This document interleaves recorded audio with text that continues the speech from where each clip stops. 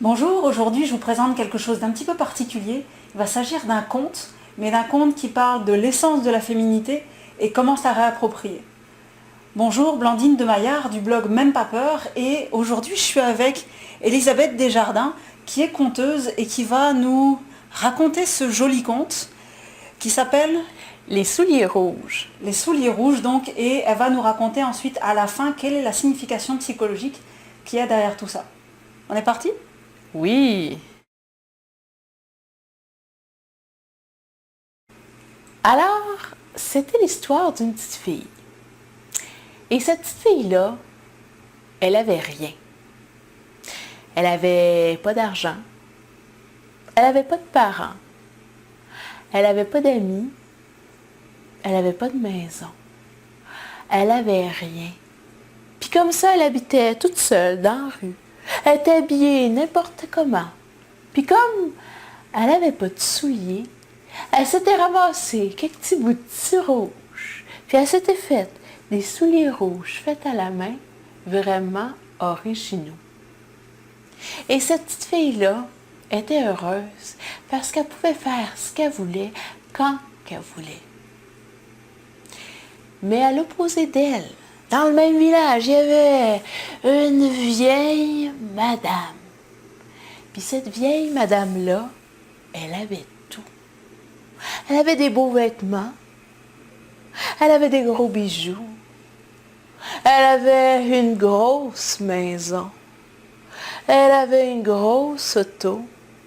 Puis surtout, c'était bien important pour elle, son standing social.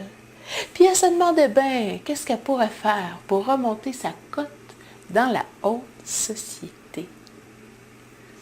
Puis elle se disait que d'aider les petits-enfants pauvres, ça paraissait bien.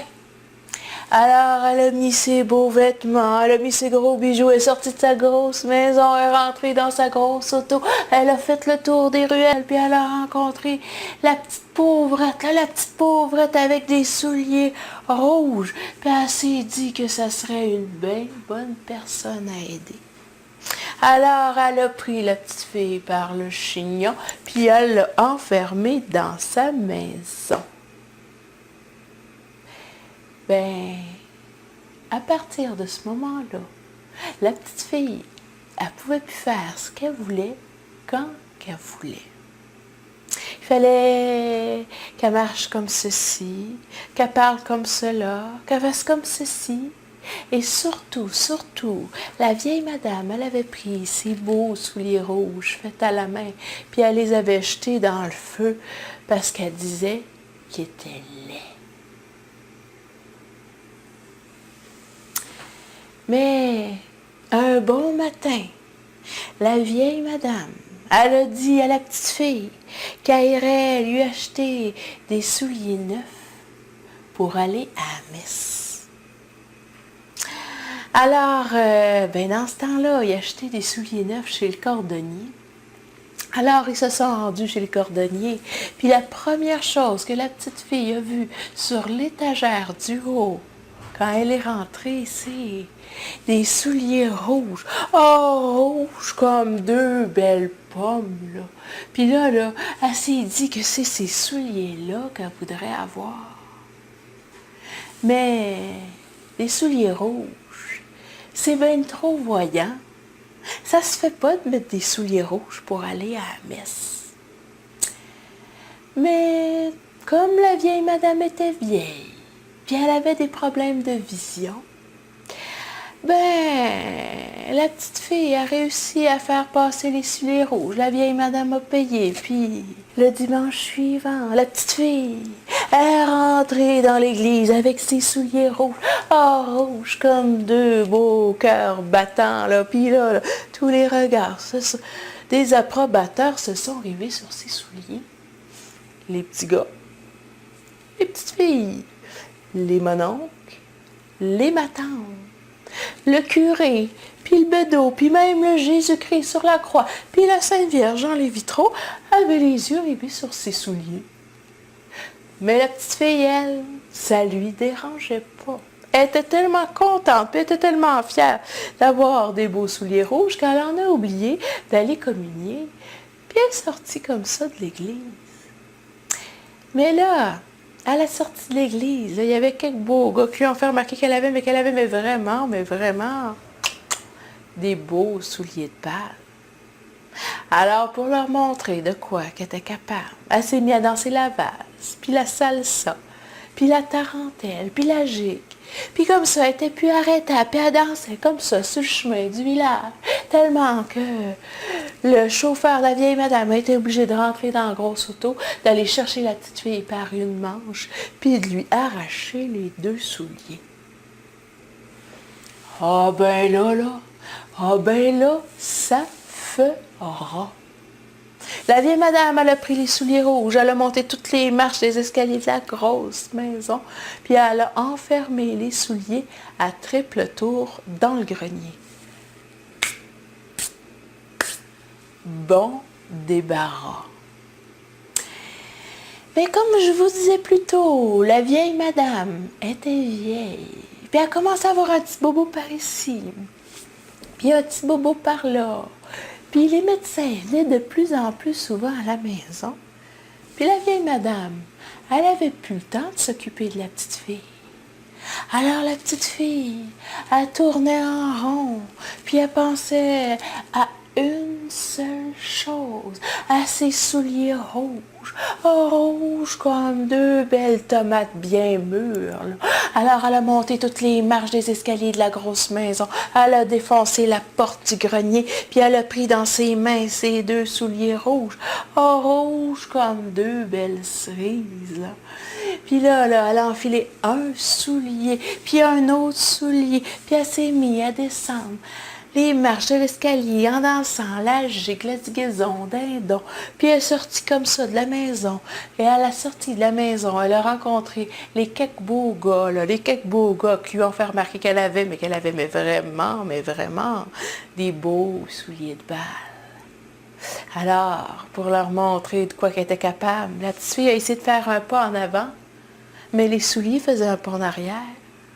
Elle a essayé de faire un tour sur ce côté-là, mais les souliers faisaient un tour de l'autre côté. Elle ne pouvait plus faire ce qu'elle voulait. Les souliers la contrôlaient. Alors elle a essayé d'arrêter de danser, mais elle n'était pas capable.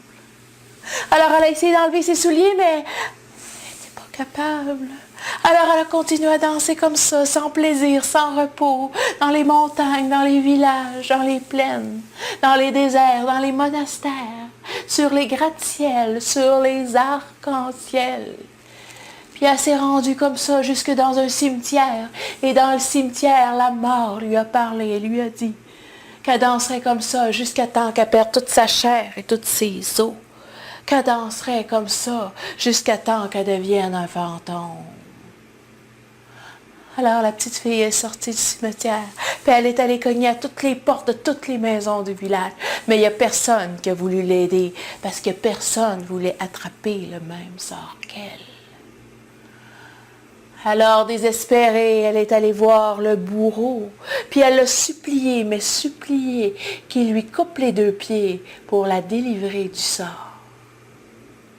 Alors le bourreau, il n'a pas réfléchi, il a pris la petite fille par une manche, il a pris sa hache, puis il lui a coupé les 2 pieds.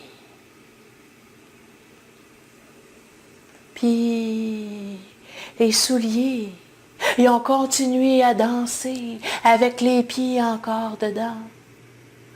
Puis le bruit des semelles sur le sol a continué à résonner comme un mauvais cauchemar. Mais les souliers ont fini par s'éloigner et le bruit a fini par se dissiper pour laisser place au silence. Puis la petite fille, elle s'est retrouvée par terre, sans ses pieds, comme un arbre déraciné qu'on vient d'abattre. Mais il faut avoir confiance en la vie parce que après chaque mort, il y a une renaissance. La preuve, c'est qu'à l'endroit même Ou la petite fille s'est fait couper les pieds aujourd'hui. Il y a un bel arbre bien enraciné avec des belles pommes rouges. Rouges comme des souliers rouges, là.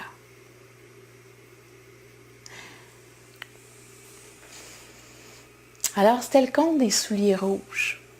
Si moi, je trouve si important de le raconter aux femmes, c'est que pour moi, ce conte-là, ça symbolise, tout d'abord, au début de l'histoire, les souliers rouges qui sont faits à la main.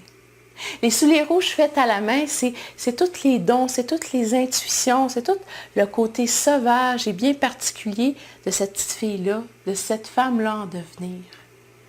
C'est cette vie-là qui est faite à la main, qui est propre à elle.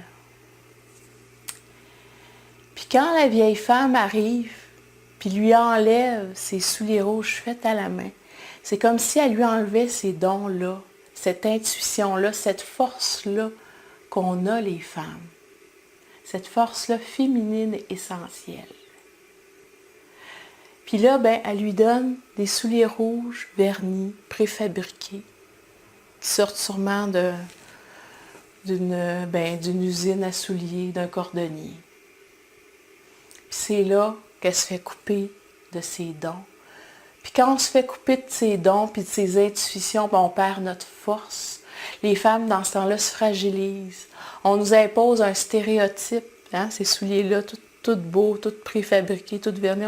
Dans la société, on nous impose un stéréotype. Puis c'est comme ça que les femmes perdent leur force, perdent leur intuition, puis vont avoir tendance à tomber dans des dépendances. Alors, ça peut être des dépendances aux drogues, ça peut être des dépendances à l'alcool, ça peut être la dépendance à la télévision, mais quand on a des dépendances, on n'est plus dans notre essence féminine, on n'est plus dans notre force, dans notre créativité, dans notre intuition. Puis la petite fille, elle, ses dépendances, c'est de danser avec ses souliers. Elle tombe dans cette dépendance-là, puis elle n'est plus capable d'en sortir. Ses souliers, ça symbolise toutes les dépendances qu'on a. Puis elle est tellement plus capable de s'en sortir que pour s'en sortir, il faut qu'elle se fasse couper les pieds. Puis souvent, quand on perd cette force-là, quand on est dans des dépendances comme ça, il faut faire des coupures drastiques. Elle s'est fait couper les pieds. Mais quand on fait des coupures drastiques comme ça, on a l'impression de perdre l'essentiel, mais au contraire, on le retrouve en devenant autre. Elle devient un arbre, puis en devenant un arbre, elle s'enracine encore plus profondément, puis là, elle reconnecte avec l'essentiel, elle reconnecte avec la terre, la mère terre, avec ses dons, avec ses intuitions, puis probablement que en étant un arbre pommier, cette petite fille-là va devenir une femme encore plus forte, puis une femme encore plus sage. Alors voilà, c'était les souliers rouges.